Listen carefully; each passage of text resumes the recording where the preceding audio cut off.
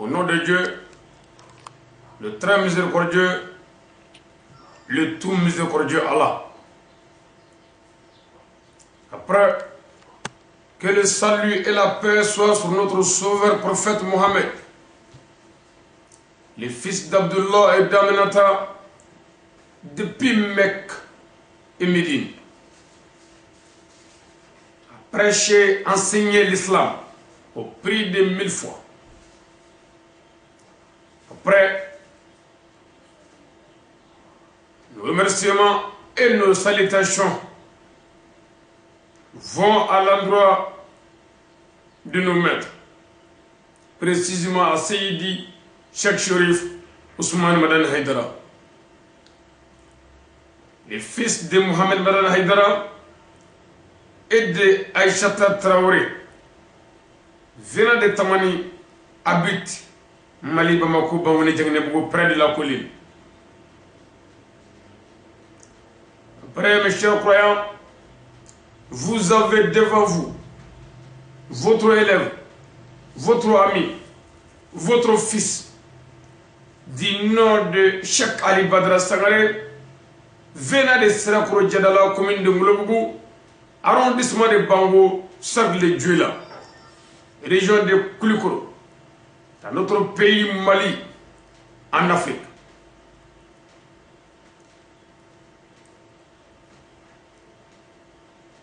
Toujours, nous avons sur notre histoire de Tawadoudou Djariyat, 10e épisode de Tawadoudou Djariyat. Nous allons commencer là où nous avons arrêté. Mbadon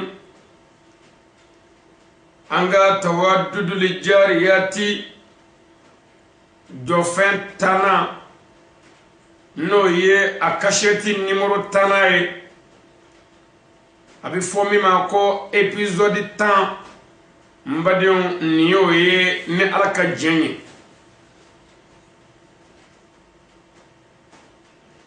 Taga nyini ko Allahu Ta'ala fe ninga bo shetane dangane toroma Ambi sinzini Allahu Ta'ala toko barkamaye dave mammo alamiye Namburaye ambi solli Seydili Kawneni kanoye Muhammadu ye Chemin nana mgo bla siranymanka Chemin chili kera here jema Noye Muhammadu le Mustafa Makan kani madne kado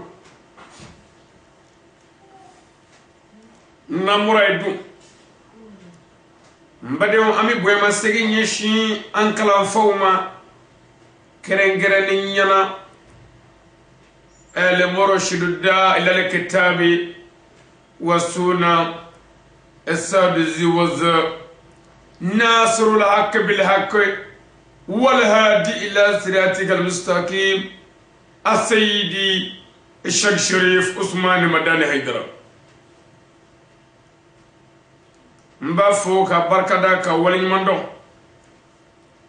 mogola dege ka kusani koninye toroba ni che an kalane na bamananga chenyina toroba ni che an kalane na bange ba buya chenyina toroba ni che an kalane na Muhammadu kadine shidoni na chenka toroba ni che an blalila furgatigu benye Nanga doni fitini tale ka bo choroba ka kumadem flachala wallahi choroba ni che isra tamlu mbade on namuray anyabala adenge anaka garbu keni no ali sangare ka bo sira koro jedala ngulubugo kuminina bango arrondissement Djuela cercle la kulkuro region na Mali jamana kono farafina yakoni Anye anga gazwa baro bla yoro minno ye Tawadoudou Djariyati ye Jomsoni ka ko bla la yoro mi na jara Allahu Ta'ala ye amina ta o yoro la o na klo garsaka karami ye ka boni kitabu nyuma kono mbadon abino me radio so minum bi baraina anga folibu ye o katmenengo ani mbade monon bi ka arsamo ke video ani audio la nga foli buye ananga barkada anga dugo bebe ambi dugo nyini befe nambora inshallah ngo kamane ni mimbi aw nyakoro e murmine muride bi aw nyakoro wallahi muru ka waraba de fle aw nyakoro ni alaka jenyi muru kera no ye aba do chogomina mogoye ni ndugo kolenga ni jamane kono besranu nye olu bebisra mami nye otode ni kamale ni ye ali sangare u bebisra chene minye odo murmine morido wallahi ni ti changa itise ki joki nyawa anyero ni yo korobodu ina ye o europe sabu chene galo tise ka nyon woshi no kala galo bi yele wonni ye muri jeunga chen mangai ni ala mangai kamala ni mi magote marfala nabi ala tafo a magote bere kurula nabi ala tafo a magobe dalula kabo qur'anana kabo kiraka kumola sallallahu alaihi wasallam kabo maanyuma kumoni masabe kumola ne ni tala yere dalu nya don otikele ko mbade woni yow garbu ka jashile ni manganye ni ala mangay jakmo waradu wallahi min ñine kafiru mene ñine kafiri jonne du moy jugoy ñine doy ni yow soro mo mene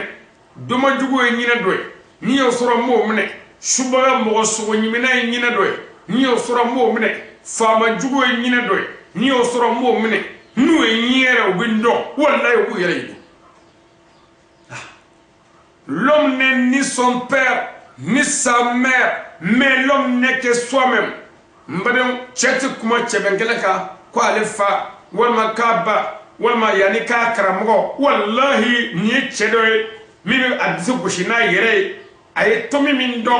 aba disi bushino ye ko fo alaka dugu kolo ga chena asemene ko jonna allah rabbi mbadam tawadudu li jariyati jomsonika koto kera chogomena sa aya kulo majo ni wati yambla yoromi amba sema yorola ni yanga jo fen tananye na jarallahu ta'ala. La sixième question posée de Fagib sur tawadul jariyat ako Fagibu ye nyingali worona mi nke tawadul jariyat la mbado yuklu majo fe Fagib dit tawadul jariyat ta réponse est claire et nette. Tu as bien expliqué la foi. Je te demande encore quelles sont les choses qu'un bon croyant doit être avant de prier. Mbadon, Tomami Nini Kerasa, Donba Bain, La Limo Bain, Haruna Rashidi Dame Donba Mina, Kwabe Kurane Shidon, Kabi Alako Shidon, kabi maya shidon kabo kuranana mbadon o wulla kijo jaman nyakoro ako ewa nindeni mano e jomsoni fitini nye nge tawadudu li jariyati ako wallahi ikajabi unyana ikajabi uklena iye femi mfo limon yakola wallahi ani atogoye di ala dana yerela o klena o wala la nga ko min nyini ngaw ko adama de mumini yere kanga labe jumenke yani ikawuli kibita selide labe jumende be mumini kanga minge yani ibi selide ngwe kalansoye nyo fiye ikulo majo wala da nunve ikulo majo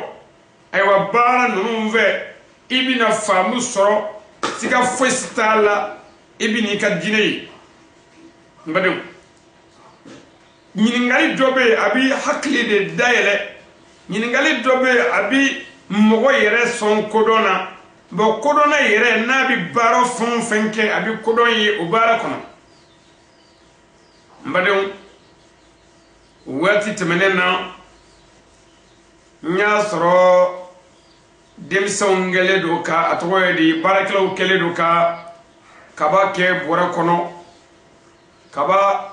no monyoy kaba le mais uye kaba tigele u fe otuma we kaba woro uya dakela ajale tuma mina sa usorola ka do bora kono bora tifa ka dasri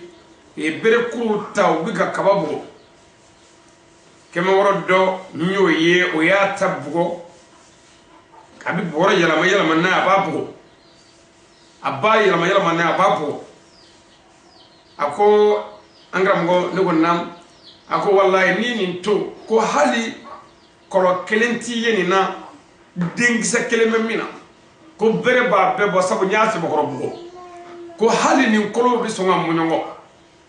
kaba mato nya foi wallahi utike ngo tike sabu moyebi ka kaba mi mbugo sisan bore kono woni be nya fo jena tigade nga fo mani ngo onye fitini min kala jena on ba shidon mugo kan yi waduni febede woni e jena tigade iya bugo mena ya to sisan gibi doye wallahi ino kene ni demoro la flasa ngana tabu kade jako tesega ke fiyo ngoti kala ko anyato andara dosura la hali dengle mbadon umabula nyo ira la ngop ma wonni ndu ika bere man ndoro wa opma mu misena de ayi jo aya laje ka mine ka fle aya ye bere man maga fanshila akaba ko ako karamo ko mo ni ngoro e jumanye e ni fomuna nyimu nyera eta ngo boy ka kaba boy be na fo jena tigade jema na gele chogo dorme tikun fande bila nyene bila toro bika bana jugu be doka musugo gele be doka chago gele be doka demo gele be doka jugo gele be doka mobli ko gele be doka wallahi jisma mini ko gele be doka ngo nyoko gele be dola do yere ta do ko gele yere be jena musukula ko gele be jena chekula ko dugo gele be soro jena ko etaji ko gele be soro jena ko mobli ko gele be soro jena ko demo gele be jena do ta do fiu ko bana yere be jena ko yere fiu wallahi o dafa mi alkadanna dugo ka mogola mbade o ngoni jende ko mana gwa chogo lafiya dabe doye fa do fe ngoni jende atigi kabo ko yara aya do yorola hakika do ko jonkanga wajude ni barake fembe ani barake menebe abma mumini kanga ala do ka ala ye febela mbade et sixième réponse de tawadu jariyati répond en te levant pour partir prier avant de prendre l'ablution, avant d'entrer dans la mosquée, avant de faire face à l'est, avant de faire face à la Kaaba, la première intention qui est obligée sur la personne avant de prier,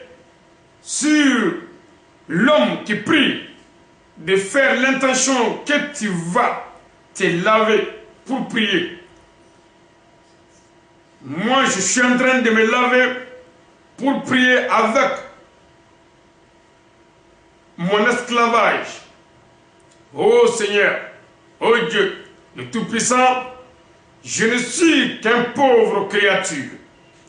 Je ne suis qu'un pauvre esclave. C'est Dieu qui m'a mis. C'est Dieu qui a mis la nuit et les jours. C'est vous qui êtes mon Seigneur. Je ne me lève pas avec aucun nom sauf celui de vous. Vous avez dit que si l'heure de la prière arrive, compris, donc je me prépare pour aller prier.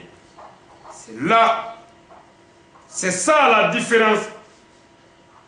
Parole qu'un bon croyant doit faire avant d'aller prier.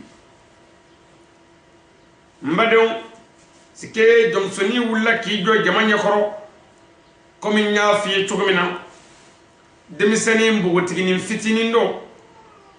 ama baliku ya yere demisani fitinin do hali ma ti songa ni ndeni ci ni war kuma bani ye butigila ibisra bandi wolma mgo kana ndaga ka minala awula ki jo ko ni mami wulila mumini mi wulila seli no fe ka bi faga seli ko yani aka seli jita ko yana ka ta misrila yana ka nyishi alkaba manu korean fay ka famna nyibishi alkaba de ma aga fen folo mi wajibi aka ko de ye ngania siriliye kata aywa siriji tayorla abin ngania min zirisa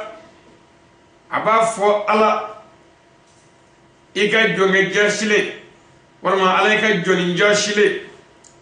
alayka joni lafle ala ika joni jurumutoni bina wuli ni Allahu ta'ala kay yamuriya kan batuliye mbita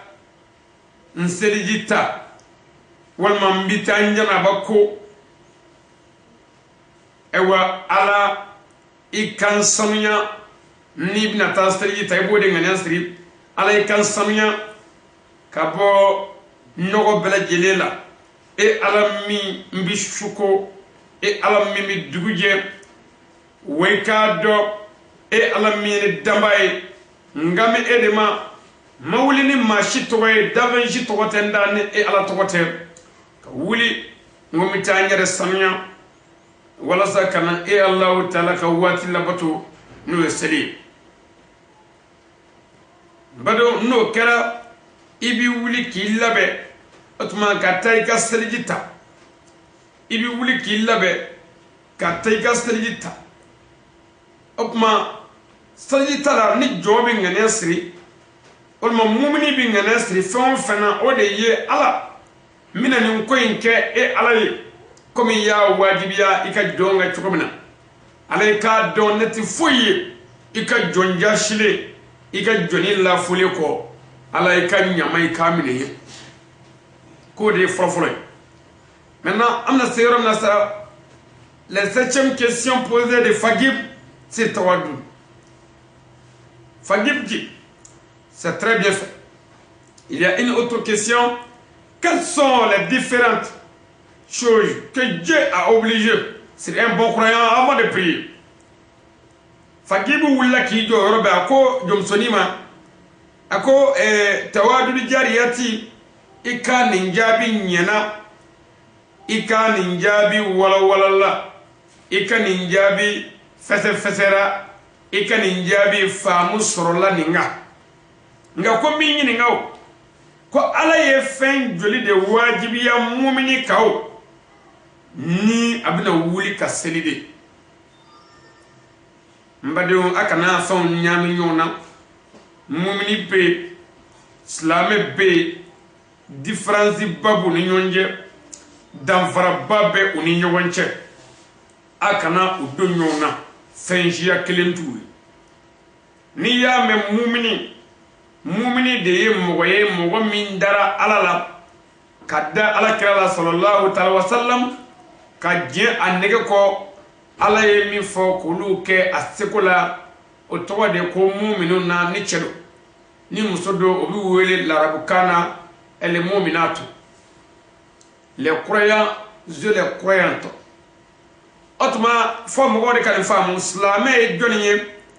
mogo mi mana sharia ko morate fola moro chide hakika la nafiya to la ni daro la kaso ma islam yara ngam mogo be sege islam ka soro jogo do bila ina ala chela jogo mi re islam ya nafo mu'miniya wonma ala yereta jogo fetigitigi ngai senda ko bebla ko mi ala bogo bala chuko bena ebi wele ko islam ngona tabbe mu'miniya piyo madafayla olla qur'ane bela ala ma fo ko mu'minu bido alaka aljina konnana kafiru atwo yedi islamu bido alaka aljina ko atuma fo alaka leedu bebe mu'minu de yi alaka leedu bebe mu'minatu de ka fo mu'minu awde saray aljina meslame o leidu tembolo kumbo do sabu fe no be awla ayre ya don ninti kira mo tabure ninti din yere tagabolo doy ngabo ka sabu ko defale ala tay olu be masaka boala atorati ani steli olu boala ka ke mumni dum abi do ala jere nakem ni steli masu boala dum o na ni ala janna nyangata yana ka selahara na yere na selahara na nyangata na benama chugumi na kati nga onye beti fu aw yeble sabu aw yere wo nyedo sa mbade atuma mumini yaye mogo min dara alala ka je andiga ko ka Allah subhanahu wa ta'ala take asego bela bo wala qur'ani mume bela ala ma fo ko anga seli ala ko nyinga seli de di mumini yere kore ko ala dene bo ala dene nyemu garsega damate ala dane ya hakikala ala dane ya wulibali danganiya yere tan fla o dafale do jom minun duskuna afara de luka selijo mbadu tuma mini ni farasa ewa donba bay no e fagibuwe la limu bay ayi kando ako fenj men yere wajibiye selaka mumini mi wulaki jo seliki mais fo mo ka famu sella ko tere mumini mi wulla ko bina seli o de kodo note ka frichen kala bi seli note islamé o te mumini re ma angame mumini ya charte de ma et wa tawadudu el jariyati répond les différentes choses qui sont obligées ako ikado et ako fagibuma ko fe minu wajibi yalendo mumnika tumami na bina selim mbadon c'est d'abord la propriété. Tu dois être propre en l'ablution, tu dois être pur, la purification, tu dois être pur avant de commencer, avant d'entamer. Mbadon ako fen folo mi wajibi ewa selila mumnika ko de ye aka soro e yere ka sanuya ika sanuya kabo munade kabo janaba nogola kabo munade kabo banango tawla kabo sukanewla ika sanuya janaba kura ka je o kay o kotmengo seliji nyuma yere talendo o kay le fin folo mi wajibi en muminoka tumami na bina nyishi alama selila mbadou. La deuxième chose est que le sexe doit être caché, protégé. Le sexe de l'homme se commence au début de son ventre jusqu'au genou. Mais pour la femme croyante, tout ce corps doit être caché, protégé, sauf ses visages et ses deux mains. Son visage et ses deux mains.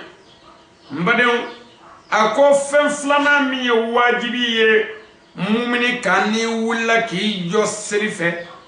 ko de ye ewa I lebu kadatu illa wura kadatu. Batma ko mumini kella wura ana lebu ko bidamene de kono barala katabla kimere kurula o betwe ko lebu ni mumini ke kono bara bora bara korola bora wala muso ye sharia la anaye I nyamana fe be abbe jumu e kilinye ila voilà ni mumini ke woro bora wala muso ye shenkele ani aye ewa immo ye abbe kaka abbe jumu e fenkilinye ala ka sharia la olu de towa ko lebu voilà otuma ko ga lebu datuli e farida e cheuka ka damne kimerela ka yele kana barala walma ka damne barala kana kimerela otuma ko ko datuta ama ko ala dane aba musomon dun ko muso fa beto e ko lebu fona kara muso nyada e ana taka fly mbade on no te taka fura flan no te ana atowadi ana nyada no te ni wala cheye wala muso yoro wala ye kenema ana ya nyamana ye abajrumu e kelenyi alaka sharia bela otmani lajɛ saw kana sunguruba ninnu lajɛ o disani meleke m'u kanw fɛ o jahili ninnu lajɛ o te wale mɛ misiriw kɔnɔ jumadonyaw fɛ o te wale mɛ misiriw la fajiriw fɛ o aw kafiri nafigi ninnu o kuranɛ ko an k'an datugu tewu o nin ye wajibi y'an ka kan k'an datugu o e dayɛlɛlen disani meleki mi kana o kana pilani kɛ ala la o kana fɛɛrɛni kɛ ala la o o tuma disani tigɛli tɔgɔ mi kunkolo la o te siw bɔlen don o kulo yɛrɛ kɔfɛ mɛ disa la k'o bila kɛrɛfɛ o nangara baya ni sungu baya kama e dangatɔ ye mumuna tuwe e ka seli bi taa min de wallahi sumatallahi ka seli nduwuli mbade atuma jomsoni ko ni mɔgɔ min wulila seli la mumini fɛn filanan min ye wajibi k'a k'i datugu mɛ cɛ ka datuguli la mbade e y'a ye yan ko ka forokɛ dɔ don wa ayi i y'a ye a ko ka bazɛn dɔ kala k'o yanga wa ayi e y'a ye a ko ka perikali dɔ kɛ cogo dɔ la wa ayi k'i datugu kɔnɔbara ani kinbere n'o bɛ se ka kɛ hali filabulu kɛnɛkɛnɛnin na ka to k'a change yan'a ka ja sariya ko i k'o kɛ i datugura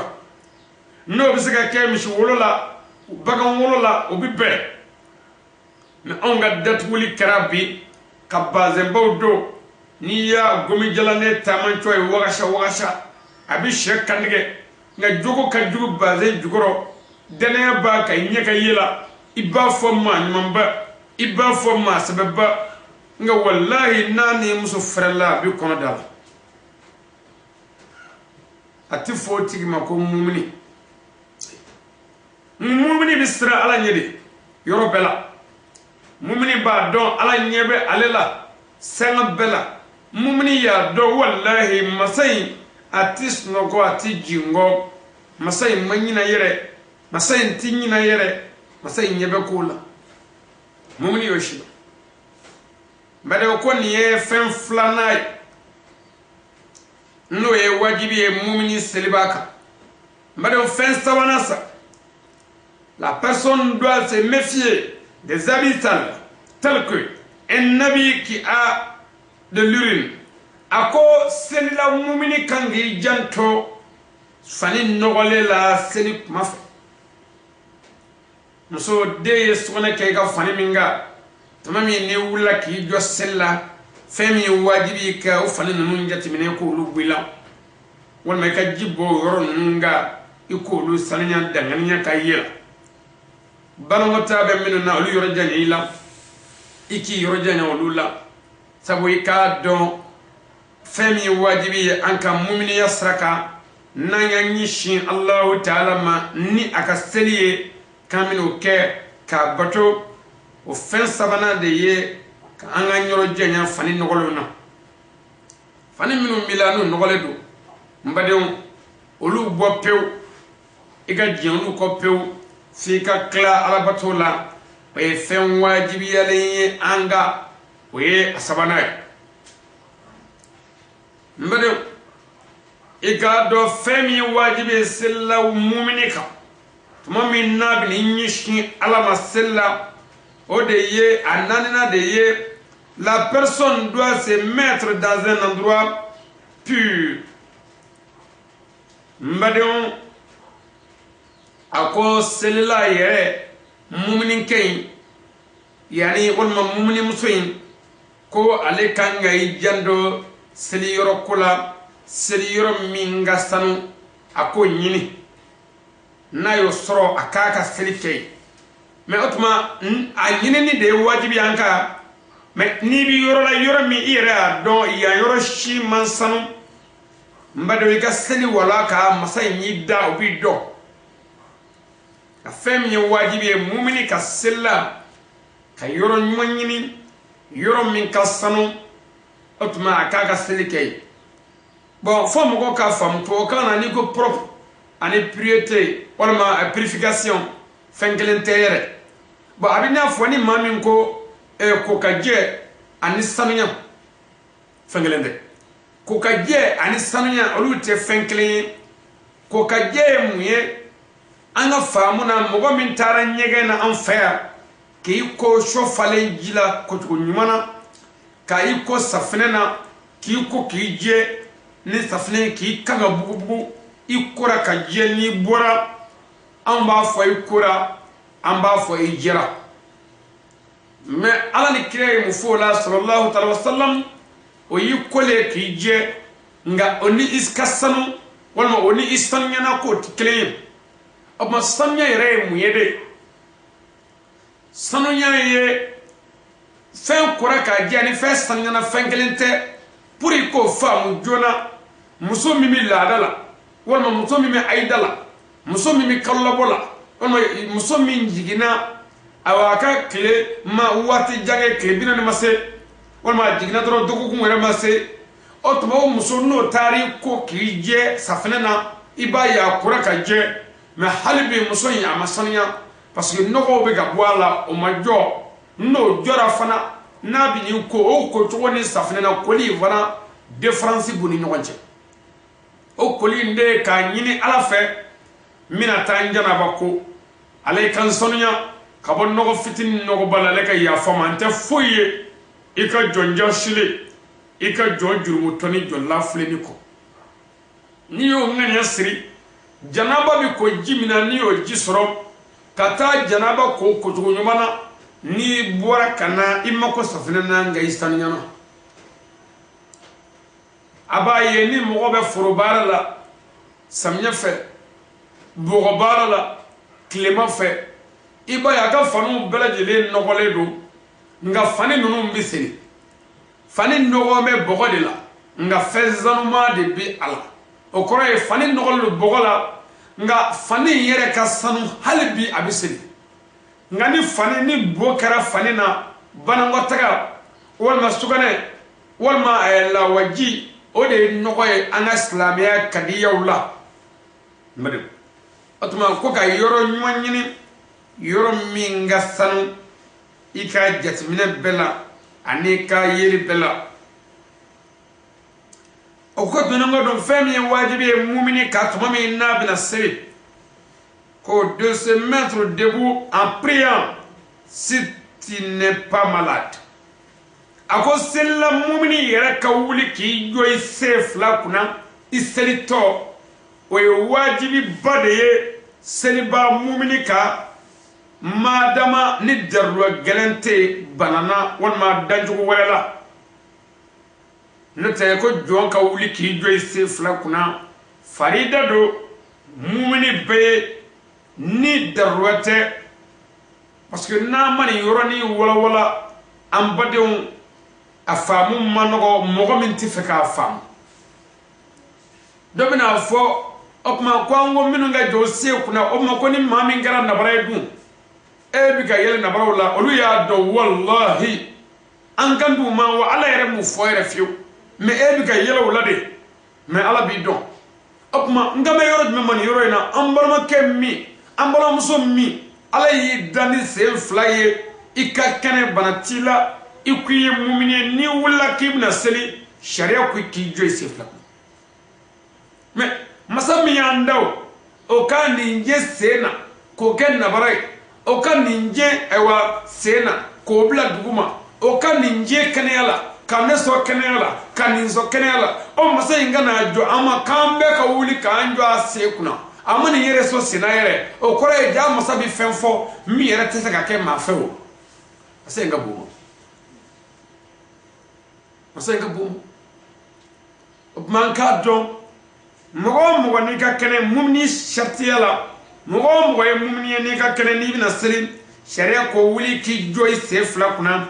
n'i bɛna seli mbadu ni o tɛmɛna dun avant de prononcer le takbir qui signifie Dieu est grand, Allahu Akbar, l'intéressé doit d'abord prendre l'intention en disant Dieu, je vais faire ma prière. Je veux que tu l'agrées. Mbadon, ko yani muminin kay yani ka kibaru fi yani ka fossel lay jole Allahu Akbar fen folo mimi wajibi ka yoroni na sa ko de ye ikanga nyansiri ka fo ala mina seli fana seli jogo nani ke e Allahu ta'ala alayka seli minenye ni sirala ala mine ni masse alayka don neti foye fika jonja shile ika jon lafule ika jon jurumutoni alayka yamuriya kan labatolido ni mani fodun ima seli foy ke foy mi kere ni mani kedo yi brika woli fude ke ala ta mine wallahi me seli fana seli to ni flila ka fo ala mina lazara seli jogunani ika seli ma chen foy tala way ne ka fotiye ka soro dusumu ba nana me mumuni de tise ki nyi shi ala ma seli la abada fika folo ki yere doga ala ki sara ala la ibna min ke ko foye ibna ke ko mina ko foye ala mina la seli ke mi seli ke wajibi ika muminu ka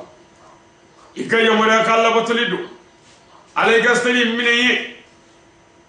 alayka do neti foye ika jon jashile ika joni la fule ni mani fodu ite foye la chew so ni mani foye ite foye la foye tila ati fo ema ko mumini abada ati fo ema ko mumina to abada madiw mais otuma ni yenga ni sirli de ye selila ka I adamne bo otuma ni nganyai ni mi anga yere doga de ko fo ka masaka korota yira ni bi almami ko fe sella mbade o keledo shari'a kima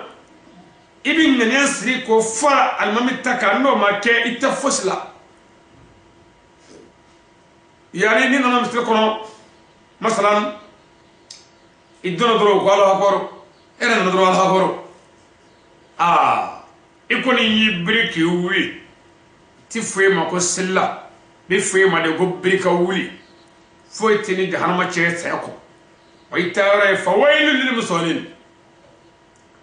nina ni jom go ko fa sella bi ngani asri ala mina ngastari fana seli jogo nanike alayka mina kafara almamitaka ala mina atu almamitalika mina anye alayka do neti foye ka joni jashile ni ka joni la fule ko ni mani fo ala yala mo tika fuila nega ma baye ala ga ma batiye de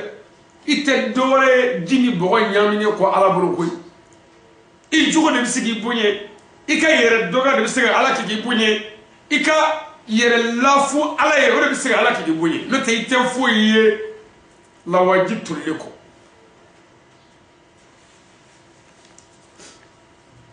mbade tumo min no kera ko ibi soroga kibaro fliyani ka kibaro ko ni wajibi ko fe min ni wajibi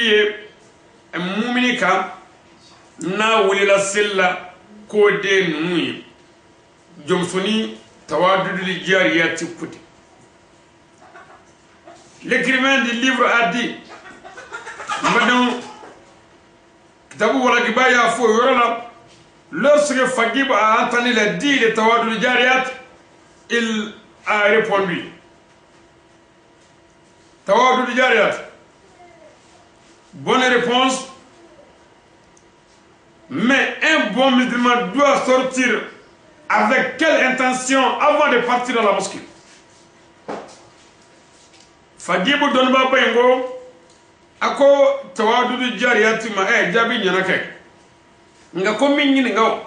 ko islamin nyuma yere kanga ta misri la ka buika so ni ngane dum yere ye kanyishi misri made niye donba benga ni ngali doy ay kuma tige ako jomsoni ma ko kuma nyana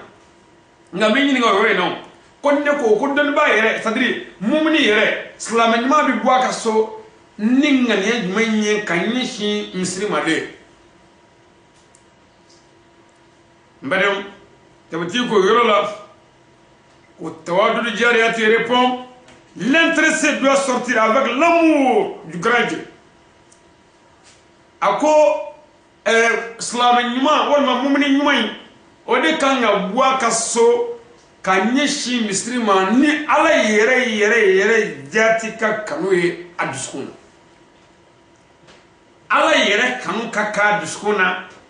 ala yere jati kanu ka ke aduskuna ko ye fen folo mi wajibi ak aboto itita to wanyini kama itita musunyini kama itita warnyini kama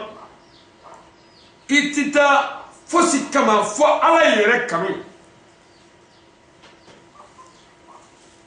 mbadeo nene ko mi fere mine yoro ina ya anti boya foshini ndi fere mine nga mi point sagi doni mbulu la minse bo aslatari ka doni no kara bul ma fay bisma doni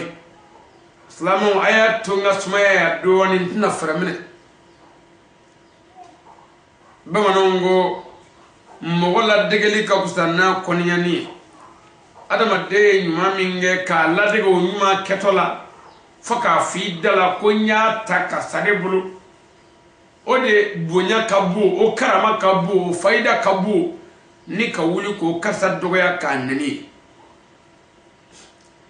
mbado on de dole garbo jashilin ko ibi fenwo femme anda anya tomode anga zami yula manmo niyo me anda ni kabako yaro la anyo mine anga brebele la anyamala ngani kuma minu me anda no fochugo manye oye anyere ka doni doya de yanfli oyorola mbado mame zami yuda ngo mame madani yuda o mame maki yuda o mame taki yuda o mame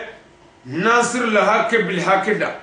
o mame alfati ilma oglika da o mannu film nu mana ye ana o mame sayyidi sharifu usman madani hyderabad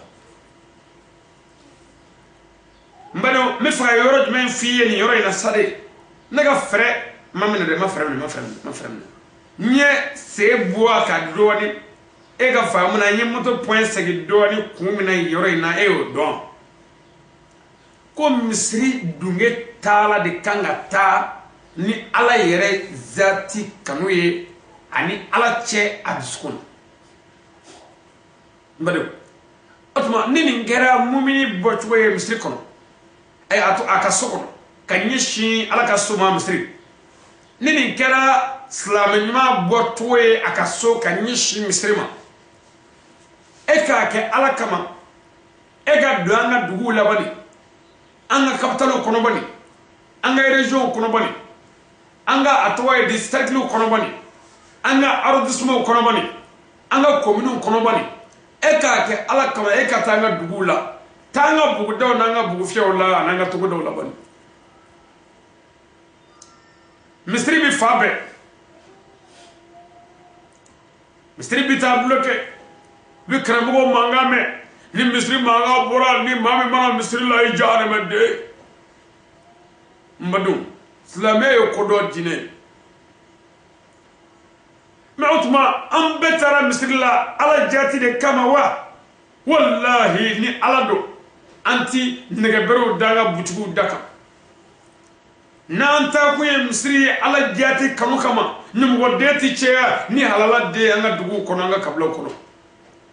namita ala na fe fursa bay galoka goro jigani peneye diniye glomini jomini droguta bay wallahi otike abmo anda buye muye misli kono de toroba eta kun shidona nita korati bi bulu bebo kalama bi mawfa beyo do yi chini kala mo fala bebado nga domo do ebi kuru koshi kanyeshi misri ma munade ita ye fone mba nyefi eta kunte dore shuduma nyini ko me ala ko gafi yebi shuduma so ko mo bini shustali de ko nga ko halini alaka kira minga bo alaka dave be al-iklaq halino yi shuseli ko ala bi digi fa waylul lil musallina ko jarwe ba di warta musoroban na ga dizale tani abi koshi la kanye shi misrima ko misri alaka soy musoroba ka so yi shubuga mo so ni halli mo ta do yere wodo musoroba bayta misrila munade ita ko ye shudo mayini ibi shudo mo soro nga oti funye ika jennina tanke bi wale don janfa tanke bi duchi tanke ibi ayo wale dugu ke dibila mogota don ala ya don tanke biti ala ko kafiye imana sayoro mi bi jeni yoro le misri seliti teme almamu kasali shuka ti teme wallahi foyti teme ni ire jogoni ka ala danate mbade atuma anga bi ala ko kera muye to nyini bunya nyini yere jira jombi yere fon fen keliye yere minuna ika sarabi minawlu de bulu laharadu ay kitabu belaje kira ka kuma bela sallallahu alaihi wasallam mamulu ko ko mo minu ye baro ke jeneya tari mo ka se ga do uye walma tari mo ka do be nunun ke ko pay ku ka wa ma kosobe ko wallahi nu sara yoro la ko ubu ka sara mine laharadu uya ke minun ka ye ubu ka sara mine ulubu odila ne afo abe ka tamakiye bo abela ntoy ali sangare ngulo ni biche ni bare min kanu ka be nyokodon o kera alaka dine nya foli alaka jonye mugo mambla la mugo mando akono mugo tese kan wala yere sabu mugo mando mado makama njigi te maka o konnana mago te ma tala o foto wallahi mago tema ka nenni kana ni tanu mago tola ni noya mago tola sabu iti jurumu sabe iti barayi sabe itate jahannama itate aljina masaminya mbeda no tayni mbe obambe shido obinedo obi edo o wasara shere nebolo wallahi ne mago te alaka dave hulo la ble alaka chendo ne kofe sabu dodo be niw bitige dodo be farkulo bisuma dodo be desabiki yera la obi che kani black kaburu de kono dinga bo diga kono bolo wara fe odo bolo wara bi nyeku odo bolo wara bi pari odo bolo wara bi da ka gabo kurni di kokoro ka brigo jigi ka gabo kuru aywa do wonuna ka bogo mumu ifale ya to waydi kaburu de la ko noro kaburu bala ka bogo jigi ka ko bolo fura kaunda bana la ali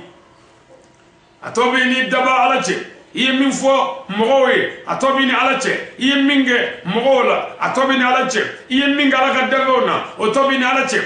cheni minge obini alache nyima minge obini alache wajuri galomunu tige obini alache chemunu fo obini alache nekele ko fe ko don mbalmake wallahi nto fale nyedala ko warbi ku nto fale nyedala ko sanubi ku nto fale nyedala ki ko tigiye nto fale nyedala ki kabbo nto fale nyedala ko dabali bi bulu ne o fobe ko tamaki yabo bela wallahi dabali tri ma fala cheni kala fama jugu ala ka jeti bla davengama aka garbu kanife ni anga jamana fama wene minedun kamuleti done tagani ne sela famo klubena nkale na muhammadu ka ala lambi afu ye kantu bolongo ala ko qur'ana kono fama ikle on ma jowla on te saraga dun karamo be on te moru be nashi sabana be ka waru mene mola wallahi on mi ki yanyake alakam wala ni ya do yikunwe ni ma do kamu fo akara masami kama minga saramina ubulu ne mo tika tamnikana mo tika don makana aw ma jama nyini amma bla jama nyini yerala on te nyokunya nyini amma bla nyokunya nyini yerala anw t'a dɔn ko jama bi sɔrɔ diinɛ na anw t'a dɔn ko ɲɔgɔnya bi sɔrɔ diinɛ na sabu kuranɛ ko Muhamadu tu n'es qu'un messager ko Muhamadu nin ko in dɛ Muhamadu tɛ foyi ye nin ko in na diinɛ lasela kɔko ye Muhamadu tɛ dɔwɛrɛ ye ko min na ɲɛfɔli b'a dama ko maa bi k'o kunkolo ye bilen maa b'o ɲɛmaya ɲini Muhamadu kɔfɛ a sɔgɔ kɛlɛ n badenw a bɛ to ka dugawu dɔɔni zama a ka garibu kɛnɛ ma ni Ala ye a mɛn aw ɲɛkɔrɔ a ma sa joona a bi Ala ka tiɲɛ fɔ aw ye a jigi dalen kɔ Ala kan a sɛmɛnen kɔ Ala la walahi a b'a fɔ tuma min o b'a sɔrɔ a jɛna de pepu a bi a fɔ tuma min o b'a sɔrɔ ni bɔlen don k'o da tabali kan jɛngɛlen don ni fɛn bɛɛ ye ɲuman fara juguman kan a don jɔnmusonin ko mɔgɔ de bi bɔ i ka so ni Ala kanu ye mais o t'anw ka bi selila wanew ko ye olu bi b'u ka so ni affaire ye olu bi b'u ka so ni diɲɛ nafa sɔrɔ sira ye olu bi b'u ka so ni diɲɛ tɔgɔ ɲini ye olu bi b'u ka so ni diɲɛ muso ɲini ye nka a ka haramuya Ala ko kisɛ kelen tɛ an ka misiri seli in na n'o b'a la ɲankuma jogo dɔ dilala ɲankuma dɛmɛ dɔ dilala ɲankuma an ka duw yɛlɛmana dɔɔni ɲankuma musow bɔra ta furubaya sira in kan ɲankuma denw bɔra nangarabaya la ɲankuma walahi an ka denmisɛnw bɔra dangadenya la ɲankuma karamɔgɔw yɛrɛw kɛra laadiriw ye badenw jɔnmusonin n'o ye tawadudul jariyati ye a ko tugun Fagibu ma que tu sors dans ta famille et se rendre à l'endroit sacré de Dieu ko mumini walima silamɛ ɲuman bi bɔ a ka so ni ŋaniya min ye o de ye Ala yɛrɛ kanu ye Ala danaya kɔfɛ Ala kanu yɛrɛ hakika i bi bɔ o ka so n'o de ye i b'i bɔ ni ŋaniya filanan min ye Ala nin ye ne bɔtɔ ye n ka so Ala nin ye ne ɲɛsin ne ye Ala ka yɔrɔ kɛrɛnkɛrɛnnen ma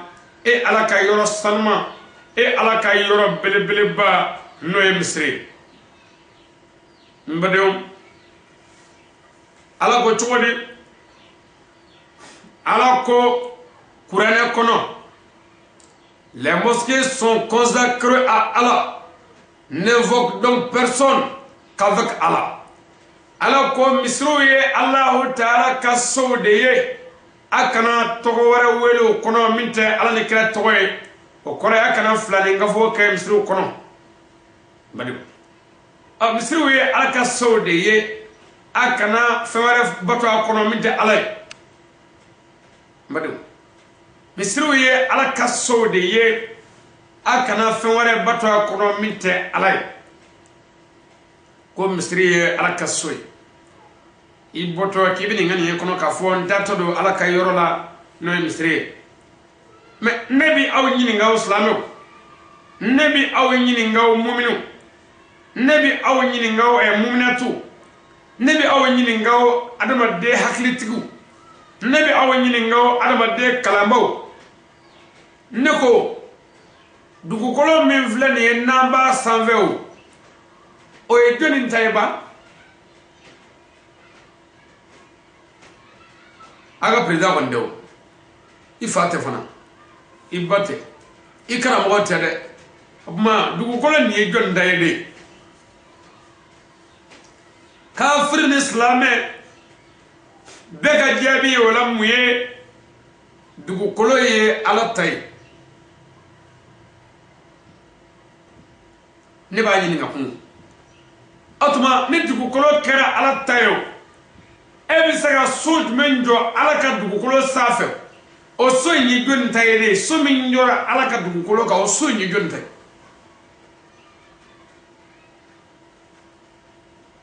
o so ye Ala ta ye tigɛ maa wɛrɛ ta ye ni Ala tɛ sabu mɔgɔ ka du tɛrɛ i ye so min jɔ ye o y'i ta ye Ala ka dugukolo so min jɔra o kan o bɛɛ ye Ala ta ye hali baari so ye Ala ta ye sabu Ala ka dugukolo so dɔ don mais Ala ka yɔrɔ sanuma yɔrɔ kɛrɛnkɛrɛnlen ayiwa Ala bi yɔrɔ min yɛrɛ fɛ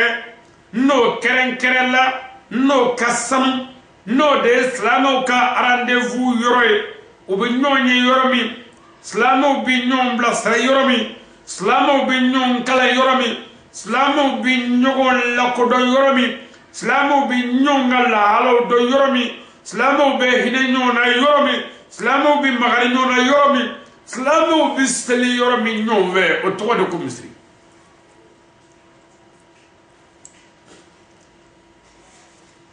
bari o tuma ni nin kɛra misiri ye silamaw bɛ ɲɔgɔn ye yɔrɔ min n'o welela ko misiri silamaw bɛ kafo ɲɔgɔn kan yɔrɔ min n'o welela ko misiri an ka segin an ka dɔɔni hakiliw la dɛ an ka na dɔɔni dɛ an ka na fɛn ninnu faamu yanni n ka bɔ nin yɔrɔnin in na dɔɔni o n balimakɛ a ti ɲama a ka sira di yan n ka fɛɛrɛ dɔɔni minɛ nin yɔrɔ in na de wa misiriw ye ala ka so ye siga fosi t'o la o tuma a ti sira dɔ di yan n ka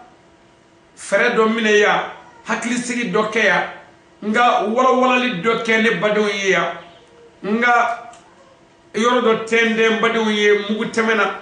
ka ɲɛɲɛ di sɛnɛkɛlaw ma ka mugu di tokɛlaw ma ka bɛlɛ bila dugu ma o ti barama kɔnɔ fɛn ye ka n yɛrɛ lafiya de wa a ye sira di yan alhamdulillah o tuma a bɛ n kɔnɔ n b'o yɔrɔ ɲɛfɔ a ye dɔɔni n badenw an y'a fɔ aw ye n ko kuranɛ de ko les mosquées sont consacrées à Allah n'invoquent donc personne qu'avec Allah el masjid misiriw ye Allahu Taala ka sow de ye a kana fɛn wɛrɛ tɔgɔ fɔ u kɔnɔ ni ala tɔgɔ tɛ n badenw a kana filaningafo kɛ misiriw kɔnɔ ni ala tɔgɔ yɛrɛ tɛ n badenw a kana fɛn wɛrɛ bato misiri ninnu kɔnɔ ni ala tɔgɔ tɛ n badenw a kana fɛn wɛrɛ kɛ misiriw kɔnɔ ni ala ko ani aw silamaw yɛrɛw ka ko o fana bɛɛ ye ala ko dɔ ye n'olu tɛ ni ala ko tɛ o kuranɛ kɔnɔ ni ala kira ko misiriw ye ala ka so ye a ka hadisaw la ni dɔnnibaw ko misiriw ye ala ka sow ye u ka kumaw la an bɛ segin an kɔ dɔɔni ye o an bɛ n'a lajɛ dɛ yala anw ka so minnu jɔlen filɛ nin ye o n'o ye an ka kɔgɔni nkorilenw ye o n'olu tɔgɔ ye an fɛ yan ko